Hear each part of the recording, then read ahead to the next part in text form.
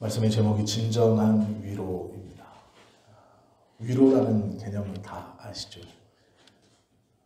힘을 북돋아주는 말, 그것이 위로이지요. 하나 이야기를 좀 해드리겠습니다. 신앙생활을 잘 하시던 부부가 있었습니다. 어느 날 남편이 교통사고로 세상을 떠났습니다. 남겨진 여집사님은 큰 슬픔과 상심 가운데 있었습니다. 교회에서 그 소식을 듣고 목사님과 재직들이 신방을 갔습니다. 그리고 하는 위로의 말이 이것이었습니다. 집사님, 큰 상심하지 마. 남편 집사님은 천국에서 지금 하나님과 함께 있어 행복하게 살고 있을 텐데 기운내, 믿음을 가져. 이렇게 위로했습니다. 나중에 이 집사님이 정말 원했던 위로는 그저 말없이 손을 잡아주고 함께 울어주면 좋았겠다라는 것이었다고 합니다. 우리가 생각하는 위로, 틀린 말은 아니지만 우리가 쉽게 내어뱉는 위로라는 그 말이 아픔을 겪고 있는 당사자에게 아무런 위로가 되지 못하는 경우들이 참 많이 있습니다. 걱정되어서 내어뱉는 말, 그러나 그 말이 상대방에게 어떠한 위로도 되지 못하고 오히려 자신의 그 아픔을 더하는 그러한 상처를 건드리는 그러한 송곳과 같은 무기가 될 수도 있다라는 것이죠. 위로를 예수님이 받았습니다. 위로를 한 사람은 베드로입니다. 예수님께서 십자가에 지시기 전에 우리가 성경을 통해 다 아는 대로 예수님은 밤늦게까지 기도하셨습니다. 얼마나 그 기도가 처절했는가. 땀방울이 핏방울이 될 만큼 간절하게 하나님께 기도했습니다. 제자들은 그것을 보아왔습니다. 어느 날 예수님께서 제자들에게 말씀하십니다. 이제 내가 종교 지도자들에게 많은 고난을 받고 십자가에 달려 죽을 것이다. 그 말을 하시는 예수님의 표정을 생각해 보십시오. 웃으면서? 아니요, 그렇지 않았을 것입니다. 십자가를 지고 하나님과의 단절, 하나님과의 모든 끊어짐, 그것을 이야기하시면서 예수님은 웃으시면서 아니면 가볍게 얘기하실 수 없었을 것입니다. 정확히 말하면 그렇게 얘기하지 않으셨을 것입니다. 진지했을 것이고 심각했을 것이고 목소리는 차분하셨을 것입니다. 십자가의 일을 이야기하면서 그냥 평소에 대화하듯이 말씀을 건네지는 못하셨을 겁니다. 분위기는 가라앉았을 겁니다. 예수님은 정말로 십자가에서 하나님과의 단절의 슬픔, 그 절망, 어떠한 소망도 품을 수 없는 완전한 버림받음, 그것을 이야기하시고 그것을 생각하시면서 쉽게 내어뱉을 수 없는 말이었을 것입니다. 그 말을 듣고 있던 베드로는 심각해졌습니다. 비록 예수님은 자기보다 나이가 어리지만 자기는 예수님을 스승이라고 불렀고 랍비라고 따르고 또한 그 예수님을 진정으로 위하고 진정으로 사랑했습니다. 베드로의 본심입니다. 비록 마음속에 누구에게도 말하지 않은 다른 개인적 욕심은 숨어 있을지언정 예수님을 사랑하고 아끼는 것은 진심이었습니다. 그럼 그가 예수님에게 위로의 말을 건넵니다. 그리하지 마옵소서. 그러한 일은 절대로 일어나지 않을 것입니다. 22절에 보시면 베드로가 예수를 붙들고 항변하여 이르되 주여 그리하지 마옵소서. 이 일이 결코 주께 미치지 아니하리. 말씀드린 것처럼 항변하다라는 말은 꾸짖다라는 것입니다. 정신 똑바로 차리십시오. 마음 약하게 먹지 마십시오. 정신 차려야 됩니다. 힘을 내셔야 됩니다. 베드로의 진심 어린 위로입니다. 그리고 그 다음 마지막 말을 보십시오. 주께 미치지 못하게 할 것입니다. 자기가 맞겠다라는 것입니다. 주께 미치지 아니하리이다. 불안해하지 마. 그런 일은 일어나지 않을 거야. 정신 똑바로 차려. 힘을 내. 그럴 때일수록 기운을 내야지. 베드로의 이 말은요, 진심 어린 말입니다. 그 말이 얼마나 진심이었는지 그 예수님께 꾸짖을 만큼 많은 제자들과 사람들 앞에서 베드로의 그 진심이, 그 말이 진심이었기에 화가 난 것처럼 예수님의 그 말에 대해서, 그 자신 없음에 대해서, 그 가라앉음에 대해서 분노하듯이, 꾸짖듯이, 야단치듯이 이야기합니다. 힘을 내십시오. 그런 일은 일어나지 않습니다. 미치지 않을 겁니다. 걱정하지 말라라는 것이죠.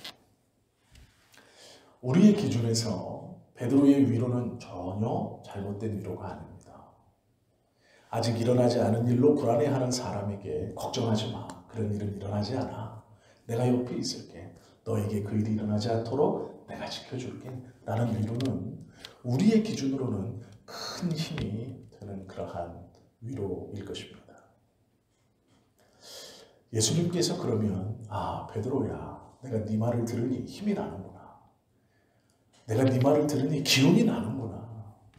이렇게 칭찬하셨어야 하는데 그렇지 않습니다. 꾸중합니다. 베드로는 이 앞전에 칭찬을 들었습니다. 지금 사람들이 예수님을 보고 무엇라 하는지 아십니까? 빌립보에서 예수님이 제자들에게 물었습니다. 사람들이 나를 무엇이라고 하느냐? 제자들이 말합니다. 세례 요한이라고 합니다. 어떤 이는 엘리야라고도 하고 어떤 이는 예레미야 선지자 중에 하나라고도 합니다. 그래, 그러면 너희는 나를 누구라 하느냐? 베드로가 대답했습니다. 주는 그리스도시요 살아계신 하나님의 아들입니다. 예수님은 너무나 기뻤습니다. 그리고 우리가 오전에 들었던 것과 같은 그 축복의 말씀을 주십니다. 주는 그리스도시요 살아계신 하나님의 아들입니다. 그 칭찬을 듣고 베드로는 생각했습니다. 눈도장을 제대로 찍었구나. 칭찬받았구나. 누가 높으냐의 싸움에서 이제 어떤 누구도 내 위에 설 수 없구나. 예수님 다음은 나다라는 것이죠. 다른 제자들은 베드로의 이 고백에 땅을 치며 후회했을 것입니다. 내가 먼저 말했어야 되는데, 내가 먼저 눈도장을 찍었어야 되는데. 베드로는 기분이 좋았을 겁니다. 기뻤을 겁니다. 그런데 그 말 직후에 예수님은 십자가에 달려 돌아가신다라는 말을 하죠. 베드로는 예수님을 사랑했습니다. 그것은 거짓말이 아닙니다. 사랑한 척한 것이 아니고 진실로 사랑했습니다. 그러기에 갑자기 자신에게 큰 소망을 주고 있는 이 예수님이 실망을 안겨주고 의기소침하고 절망의 말을 하는 그것을 받아들일 수 없었을 뿐만 아니라 그렇게 아래로 내려가는 예수님을 진실된 말로 위로한 것이 오늘 본문의 말씀입니다. 베드로의 위로는 베드로의 마음속에서 진실된 것이었습니다. 그런데 예수님이 힘이 나신 게 아니라 화를 내십니다. 그런 칭찬을 들어서 누가 높냐의 싸움에서 가장 우위에 있었다고 스스로 믿었던 베드로, 그 베드로에게 사탄아라고 꾸중하십니다. 사단아, 내 뒤로 물러가라. 너는 나를 넘어지게 하는 자로다. 이유가 있습니다. 내가 하나님의 일을 생각지 아니하고 도리어 사람의 일을 생각하는도다. 사람의 일은 베드로의 마음속에, 제자들의 마음속에 품고 있는 것이었습니다. 그것만을 생각하는구나. 하나님의 일은 예수님께서 십자가에 달려 돌아가시고 온 세상을 구원하시는 것이었습니다. 베드로에게 칭찬은커녕 너는 나를 넘어뜨리는 사탄이다 라고 책망하시죠. 베드로가 생각했던 위로와 예수님이 생각했던 위로는 조금 달랐던 것 같습니다. 베드로는 베드로의 입장에서 잘못한 것이 없습니다. 위로의 말을 제대로 건넨 것 같을 것입니다. 그리고 자기가 지켜준다고, 자기는 떠나지 않겠다고 예수님에게 힘을 북돋아 준 것입니다. 그런데 예수님은 분노하십니다. 화를 내십니다. 그리고 사탄이라고까지 칭하십니다. 베드로는 이해할 수 없었을 겁니다. 그러나 그 뒤에 말씀을 보시면 하나님의 일을 생각하지 않고 사람의 일만을 생각하는 베드로의 한계가 무엇인가를 정확하게 예수님은 말씀하십니다. 너는 사람의 일, 아마 두 가지일 겁니다. 예수님이 살아서 왕이 되어 자기가 높은 자리에 올라간다는 숨겨져 있는, 감추어져 있는 욕망과 인간적으로 예수 그리스도를 사랑하고 존중하고 존경하여서 그 존경하는 예수님이 의기소침해 있고 슬픔에 빠지는 것을 위로하고 싶은 인간적 사랑에 발현된 그 위로, 이 두 가지가 다 포함된 것이 사람의 일일 것입니다. 예수님에게 중요한 것은 하나님의 뜻이었습니다. 하나님의 뜻.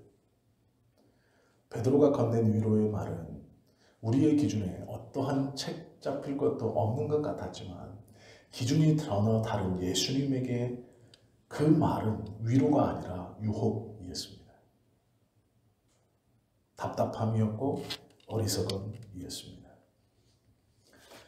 하나님의 일, 십자가를 지어 죄인을 대속하여 영원한 생명을 그들에게 선물로 주는 이 구원에 관한 놀라운 계획, 과거에서부터 계속 예언되어졌고 수많은 사람들이 기다리고 열망하며 바라지 않았던 그 일, 그 일을 이루어야 함에도 불구하고 그 일을 생각지 못하는 베드로에게 기준이 다른, 출발이 다른 예수님은 화가 났습니다. 25절 말씀에 보면 이런 말씀이 있죠. 누구든지 제 목숨을 구원하고자 하면 잃을 것이요 누구든지 나를 위하여 제 목숨을 잃으면 찾으리라. 우리가 생각하는 위로는 붙드는 것입니다. 살아있는 것입니다. 그러나 예수님이 원하시는 위로는 죽는 것입니다. 우리는 살아있는 것이 위로라고 생각하지만 예수님은 죽는 것이 위로다 라고 말씀합니다. 잘 보십시오. 잘 생각해 보십시오. 죽으면 끝이 아닙니까? 살아있어야 되는 건 아닙니까? 그러나 예수님은 죽어야 산다 이렇게 말씀하십니다. 뭐가 죽는 것인가? 구약시대에 하나님께서 이스라엘 백성들에게 약속하신 것은 최소한입니다. 안식일을 순종하면, 안식일을 철저하게 잘 지키면 나머지 6일을 복주겠다 말씀하시고 약속하셨습니다. 너희의 소득의 11조를 잘 바치면 너희의 곡간이 풍성해질 것이다 약속해 주셨습니다. 일주일에 하루 그것을 잘 지키면 된다. 너희에게 내려진 법을 잘 지키면 너희가 복을 받을 것이다. 그러나 예수님은 다르게 얘기하십니다. 그 법을 잘 지켜 복을 받기 위해서 너희는 죽어야 한다. 일주일에 하루 안식일을 잘 지키는 것이 아니라 모든 날이 나의 날이니 모든 날을 잘 지켜야 한다. 과부의 2 렙돈을 보느냐? 소득의 10분의 1을 드리는 것이 아니라 생활비 전부를 넣는 것이 내가 좋아하는 것이다. 예수님은 전혀 다른 말씀을 하십니다. 제 목숨을 구원하기 위해 하나님의 법을 순종하는 것이 하나님의 뜻이 아니라 그 법을 순종하여 하나님을 기쁘시게 하기 위해서는 너희가 죽어야 한다라고 말씀하는 것입니다. 목숨을 구하기 위해 법을 준수하는 것이 아니라 그 법을 준수하기 위해 너희는 목숨을 버릴 각오를 해야 한다. 그래야 영원히 살 수 있다라고 말씀하십니다. 베드로가 생각했던 것과 예수님이 생각한 이 관점의 차이는 기준을 어디에 두고 있느냐의 차이입니다. 베드로는 예수님을 따라다녔지만 여전히 사람의 일의 관점을 가지고 있었습니다. 그러기에 우리와 같이 동일한 위로의 말을 건넵니다.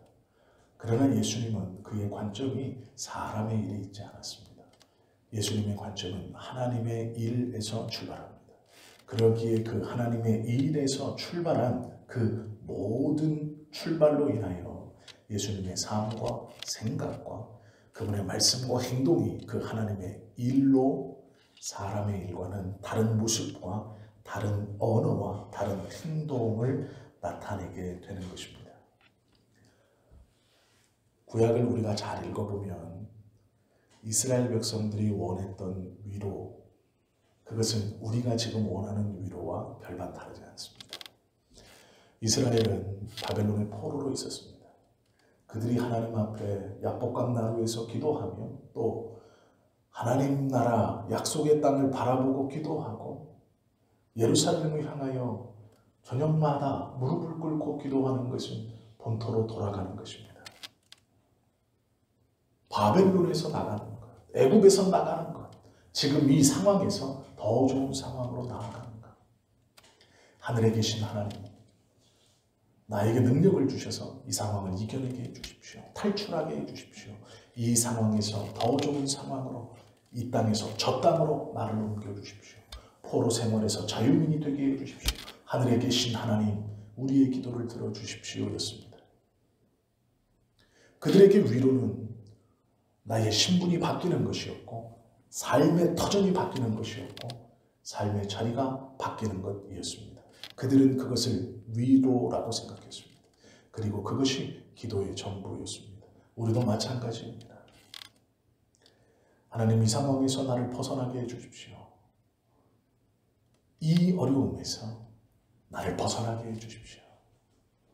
하늘에 계신 하나님, 나의 아버지, 약속대로 이것을 벗어나 이겨 풍요롭게 해주십시오. 이 가난에서, 이 병듦에서, 이 약함에서, 이 고통에서 나를 벗어나게 해주십시오라고 우리는 위로를 바랍니다. 위로의 하나님, 위로의 하나님, 참 주님께 많이 기도합니다. 잘못됐다는 것이 아닙니다. 이스라엘 백성들도 그렇게 기도했습니다.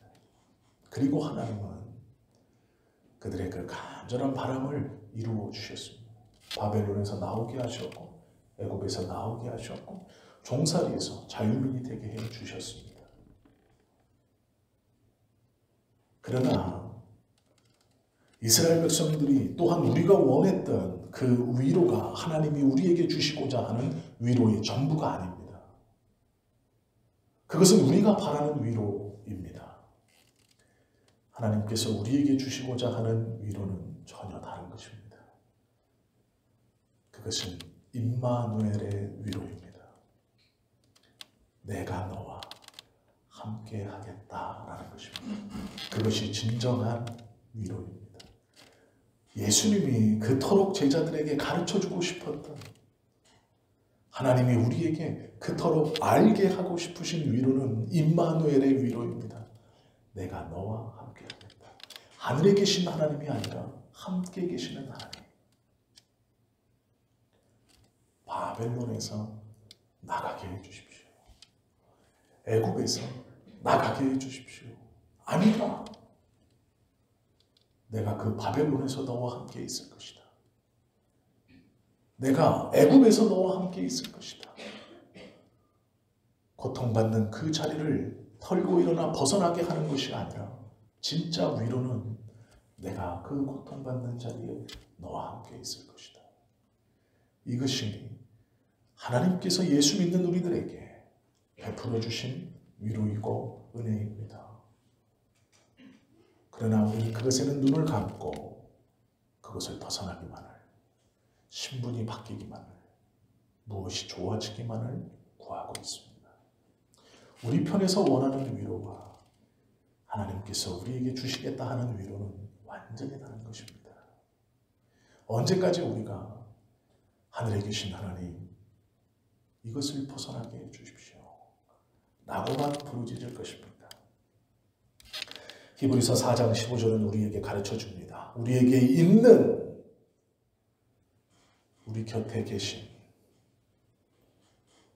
두세 사람이 모인 곳에 내가 너희와 함께 하겠다 약속해 주신, 내가 세상 끝날까지 너희와 함께 있겠다라고 약속하신 그 예수님, 우리에게 있는 대제사장은 우리의 연약함을 동정하지 못하실 리가 아니요 모든 일에 우리와 똑같은 시험을 받으신 이로되 죄는 없으시니라.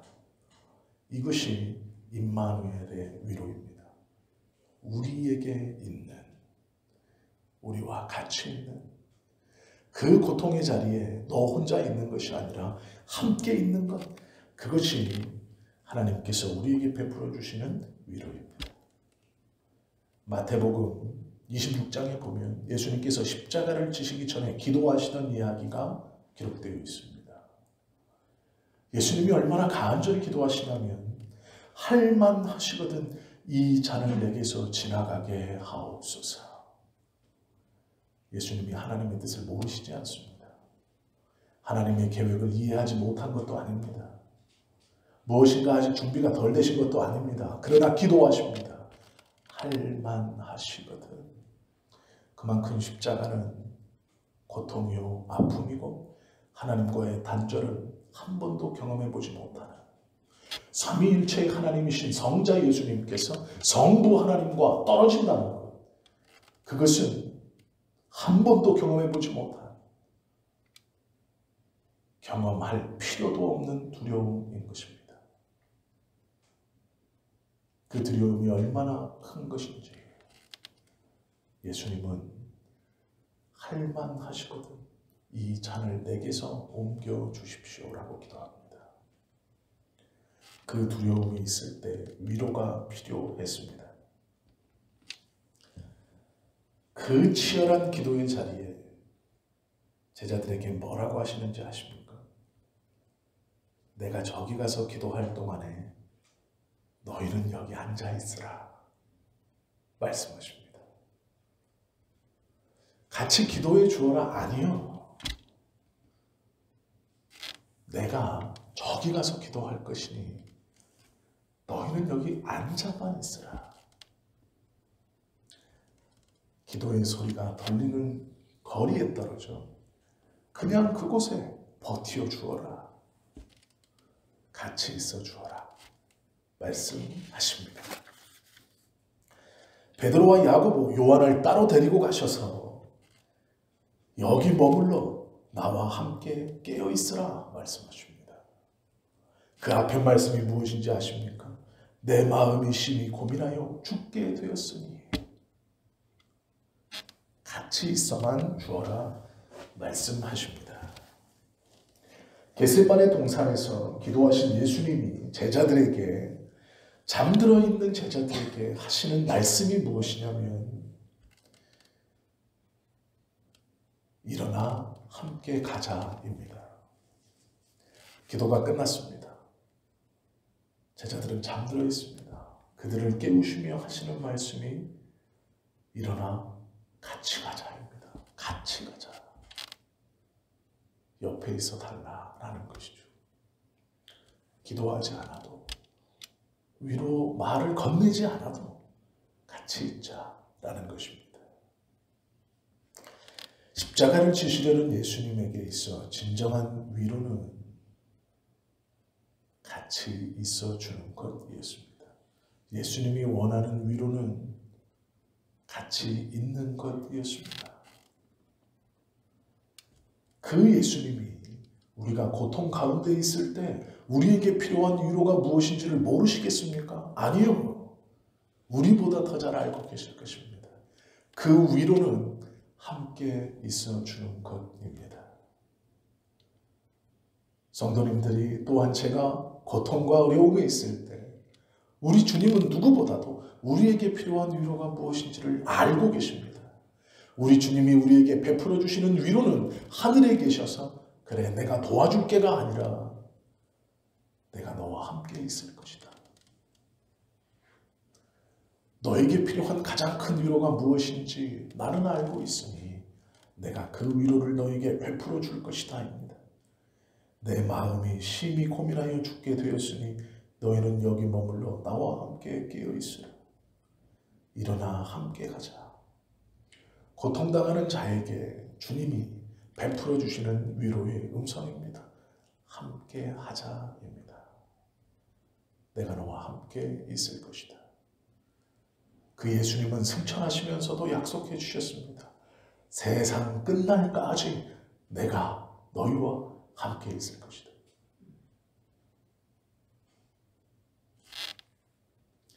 우리가 고통의 자리에 있다면 그 자리는 우리가 혼자 있는 자리가 아닌 것입니다.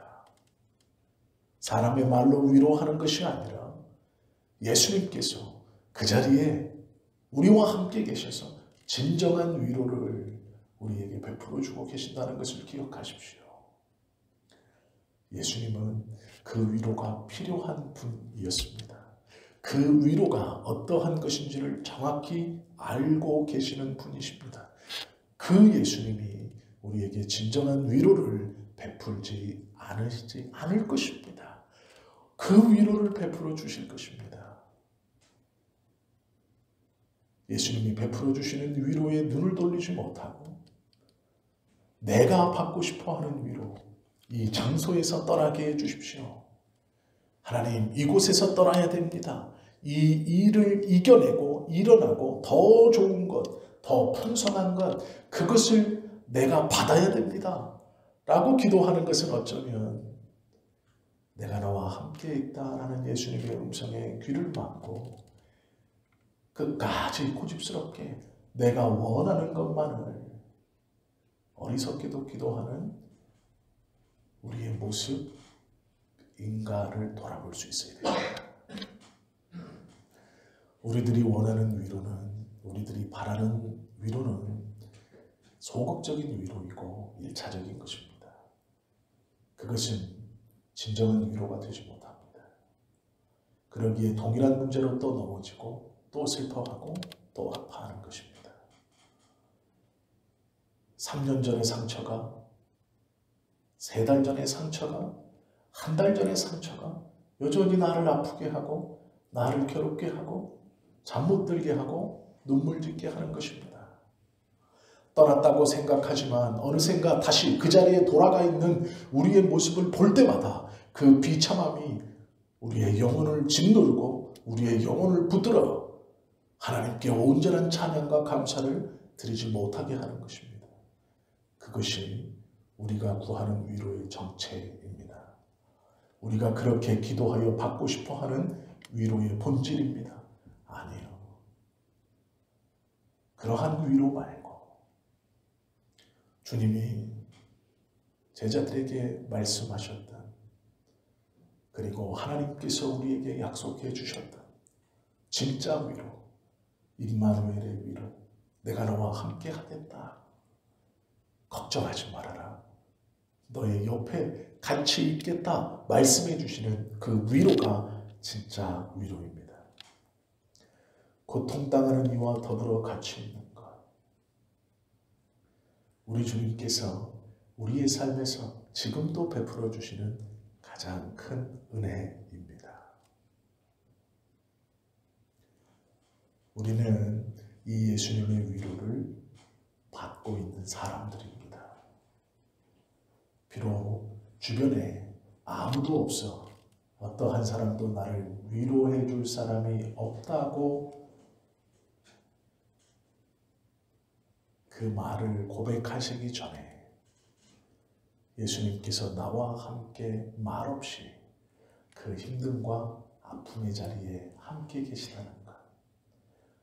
내 방향에서의 위로가 아니라 하나님의 방향에서 주시는 진정한 위로가 무엇인지를 깨닫고 그것을 받아 누리십시오. 그러면 우리의 삶은 진정한 위로를 경험함으로 사람의 일이 아니라 하나님의 일을 생각하는 하나님의 자녀들이 될 것입니다. 세상에서 상처받았다 하여 환경과 여건이 우리를 어렵게 한다 하여 우리가 그것에 파묻혀 슬퍼하고 절망하고 그 상태에서 헤어나오지 못하는 자가 아니라 진정한 위로를 경험함으로 그것들은 더 이상 나에게 상처와 아픔이 아니요 하나님의 일을 생각하게 하는 우리 주님의 진정한 위로를 받고 있다는 것을 깨닫는, 그리고 그 위로를 누리며 살아가시는 저와 여러분 모두가 되시기를 예수님의 이름으로 축원합니다. 기도하겠습니다.